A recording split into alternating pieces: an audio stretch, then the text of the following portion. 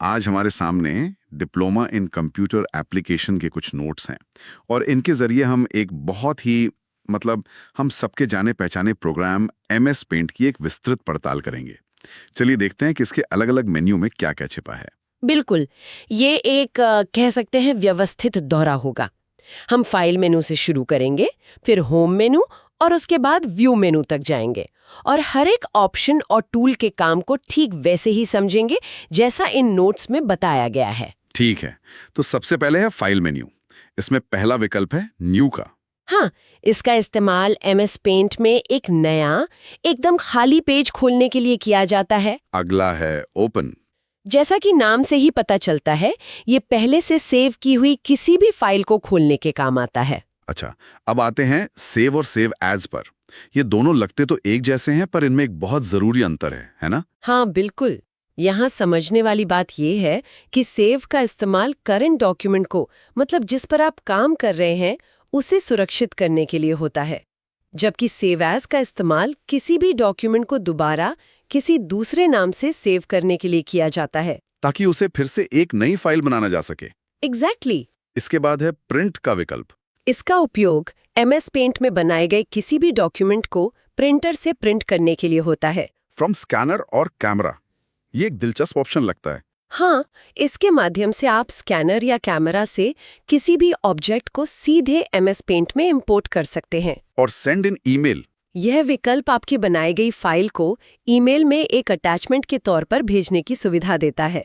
अगला है set as desktop background. ये तो मेरा पसंदीदा था। हाँ, हाँ, इस ऑप्शन पर क्लिक करते ही एमएस पेंट की जो भी मौजूदा तस्वीर है वो आपके डेस्कटॉप बैकग्राउंड पर दिखने लगती है। फाइल मेनू में प्रॉपर्टीज नाम का भी एक ऑप्शन है। इसके जरिए आप वर्तमान में खुले एमएस पेंट के प्रॉपर्टीज देख सकते हैं और तो और उसके साइज को भी तय कर सकते हैं। और आखिर के दो ऑप्शन हैं अबाउट पेंट और एग्जिट। जी, अबाउट पेंट से एमएस पेंट के बारे में जानकारी मिलती है और एग्जिट का इस्तेमाल एमएस पेंट से बाहर निकलने के लिए किया जाता है। चलिए अब होम मेन्यू पर चलते हैं। इसका पहला सेक्शन है क्लिपबोर्ड। इसमें 3 मुख्य कमांड है, कट, कॉपी और पेस्ट। सबसे पहले कट की बात करते हैं। इसका प्रयोग किसी भी ऑब्जेक्ट को हटाने के लिए होता है और जिस ऑब्जेक्ट को कट किया जाता है वो क्लिपबोर्ड में चला जाता है और फिर उसे कहीं भी पेस्ट किया जा सकता है। और कॉपी कैसे काम करता है? कॉपी का इस्तेमाल किसी ऑब्जेक्ट की डुप्लीकेट कॉपी बनाने के लिए होता है।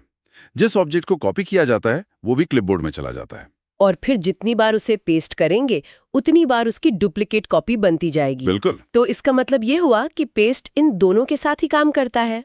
हाँ, सही पकड़ा। पेस्ट का इस्तेमाल कट या कॉपी के साथ ही किया जाता है। बिना कट या कॉपी के पेस्ट कमांड का कोई इस्तेमाल नहीं है। क्लिपबोर्ड के बाद अगला सेक्शन है इमेज। इसमें पहला टूल है सिलेक्ट। सिलेक्ट के ड्रॉप डाउन मेन्यू पर क्लिक करने से कई सारे सिलेक्शन ऑप्शन मिलते हैं, जैसे कि रेक्टेंगुलर सिलेक्शन और free form selection. Rectangular selection किसी भी ऑब्जेक्ट को आयताकार, मतलब एक रेक्टेंगल के रूप में सिलेक्ट करने की अनुमति देता है। वहीं फ्री फॉर्म सिलेक्शन से आप किसी भी ऑब्जेक्ट को किसी भी शेप में सिलेक्ट कर सकते हैं, भले ही वो आयताकार ना हो। इसमें कुछ और भी सिलेक्शन ऑप्शन हैं, जैसे सिलेक्ट ऑल और इन्वर्ट सिलेक्शन। सिलेक्ट ऑल पर क्लिक करने से तो पूरा पेज एक साथ सिलेक्ट हो जाता है। इसके बाद आप पेज पर कुछ भी कर सकते हैं, यहाँ तक कि डिलीट ऑप्शन का इस्तेमाल करके पूरा पेज मिटाया भी जा सकता है। और इन्वर्ट सिलेक्शन वो क्या करता है? वो इसके ठीक उल्टा काम करता है। मान लीजिए आपने किसी ऑब्जेक्ट को सिलेक्ट किया और फिर इस ऑप्शन को चुना, तो वो ऑब्जेक्ट डीसिलेक्ट हो जाएगा और उसके अलावा पेज पर बाकी सब कुछ सिलेक्ट हो जाएगा। अच्छा, और डिलीट और ट्रांसपेरेंट सिलेक्शन का क्या उपयोग है? डिलीट का इस्तेमाल तो किसी भी सिलेक्ट किए गए ऑब्जेक्ट या एरिया को डिलीट करने के लिए होता है। किसी भी ऑब्जेक्ट को डिलीट करने के लिए पहले उसे सिलेक्ट करना जरूरी है। और ये ट्रांसपेरेंट सिलेक्शन? ट्रांसपेरेंट सिलेक्शन का इस्तेमाल बैकग्राउंड को ट्रांसपेरेंट बनाने के लिए किया जाता है। उदाहरण के लिए, अगर एमएस पेंट में कोई शेप बनाई, उसे कॉपी करके पहली वाली शेप के नजदीक पेस्ट किया, तो पहली वाली शेप का कुछ हिस्सा छिप जाएगा। लेकिन अगर ट्रांसपेरेंट सिलेक्शन का इस्तेमाल किया तो ऐसा नहीं होगा, बैकग्राउंड हट जाएगा। समझ गया। इमेज सेक्शन में अगला टूल है क्रॉप। इसके जरिए आप सिलेक्ट किए गए एरिया को क्रॉप कर सकते हैं। इसके लिए पहले उस एरिया को सिलेक्ट करना होता है जिसे क्रॉप करना है, मतलब बिना सिलेक्शन के क्रॉप का इस्तेमाल नहीं कर सकते। और रीसाइज और रोटेट का क्या काम है? रीसाइज के माध्यम से आप सिलेक्ट किए गए एरिया को छोटा या बड़ा कर सकते हैं और रोटेट से किसी भी सिलेक्ट किए गए शेप या एरिया को किसी भी एंगल में घुमाया जा सकता है। ठीक है, अब होम मेन्यू के टूल सेक्शन पर आते हैं। पहला टूल है पेंसिल। ये एक फ्री फॉर्म लाइन ड्रॉ करने का टूल है। इसमें अपनी पसंद का कलर 1 सिलेक्ट करके ड्रॉ कर सकते हैं और अगर पेंसिल की चौड़ाई मतलब विड्थ बढ़ानी या घटानी हो तो कीबोर्ड पर कंट्रोल के साथ प्लस या माइनस का प्रयोग कर सकते हैं। अगला है फिल विद कलर या वो रंग की बाल्टी। हाँ, इसका इस्तेमाल बैकग्राउंड या फोरग्राउंड कलर भरने के लिए होता है। माउस का लेफ्ट बटन फोरग्राउंड कलर भरता है और राइट बटन बैकग्राउंड कलर। यहाँ कलर 1 और कलर 2 को समझना जरूरी है ना? बहुत जरूरी। मान लीजिए कलर 1 लाल है और कलर 2 नीला। अब अगर कोई शेप माउस के लेफ्ट बटन से ड्रॉ करेंगे तो वो लाल रंग की बनेगी और राइट बटन से? राइट बटन से ड्रॉ करने पर वो नीली बनेगी। इसके बाद टेक्स्ट टूल है। अगर एमएस पेंट में कुछ लिखना हो तो टेक्स्ट ऑप्शन पर क्लिक करना होता है। ऐसा करते ही एक नया टैब टेक्स्ट नाम से खुल जाता है। अगला टूल है इरेजर। इसके द्वारा ड्रॉ की गई शेप्स या किसी खास एरिया को मिटाया जा सकता है। कलर पिकर और मैग्नीफायर के बारे में भी बताइए। कलर पिकर के माध्यम से आप किसी दूसरी पिक्चर से कोई रंग चुनकर उसे अपनी शेप्स या पिक्चर में भर सकते हैं। अच्छा, मतलब कलर कॉपी करने के लिए। हाँ, और मैग्नीफायर किसी भी हिस्से को बड़ा करके देखने की प्रक्रिया है। इस टूल को सिलेक्ट करके जिस भी हिस्से पर क्लिक करेंगे वो बड़ा होके दिखेगा।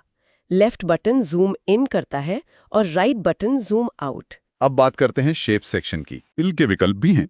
हाँ, पर जब तक कोई शेप ड्रॉ नहीं की जाती ये दोनों ऑप्शन छिपे रहते हैं। ड्रॉ करने के बाद ये हाईलाइट हो जाते हैं।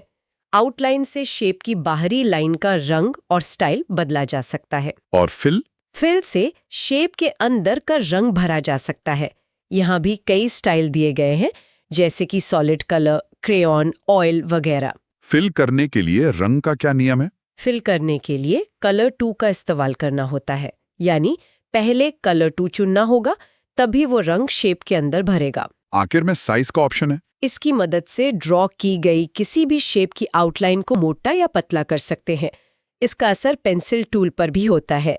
वैसे कंट्रोल के साथ प्लस या माइनस का प्रयोग करके भी आउटलाइन को मोटा या पतला किया जा सकता है। चलिए, अब अंतिम मेन्यू व्यू मेन्यू पर आते हैं। इसमें पहला सेक्शन जूम का है। पेज को बड़ा करके ऑब्जेक्ट्स को आसानी से देखा जा सकता है। जूम आउट, जिससे पेज का आकार छोटा किया जाता है ताकि पूरा काम एक ही पेज में दिखाई दे। और 100%, जो पेज को उसके डिफॉल्ट 100% साइज पर ले आता है। अगला सेक्शन है शो और हाइड। इसमें 3 चेक बॉक्सेस हैं। रूलर्स, जिससे पेज पर रूलर्स लाए या हटाए जा सकते हैं। ग्रिड लाइंस, जिससे पेज पर ग्रिड लाइंस लाए या हटाई जा सकती हैं। और स्टेटस बार, जो पेज की स्थिति बताता है, जैसे कि अगर कोई शेप ड्रॉ हो रही है तो उसकी स्थिति स्टेटस बार पर दिखेगी। और आखिरी सेक्शन है डिस्प्ले। इसमें 2 ऑप्शन है, फुल स्क्रीन, जिसकी मदद से पेज को फुल स्क्रीन मोड में देखा जा सकता है, और थंबनेल। ये ऑप्शन तब तक हाईलाइट नहीं होता जब तक पेज को जूम इन न किया जाए। अच्छा। हाँ, जूम इन करने पर ये इनेबल हो जाता है और पेज का एक छोटा थंबनेल दिखाता है। तो ये थी एमएस पेंट के सभी मेनू और टूल्स की एक विस्तृत जानकारी सीधे डिप्लोमा के पाठ्यक्रम से। इन सभी टूल्स को एक-एक करके देखने से ये समझ आता है कि कैसे एक बुनियादी सॉफ्टवेयर भी बहुत शक्तिशाली हो सकता है। यहाँ एक विचार मन में आता है। हाँ, आज हम जो भी डिजिटल काम करते हैं उसमें cut, copy, paste, zoom, shapes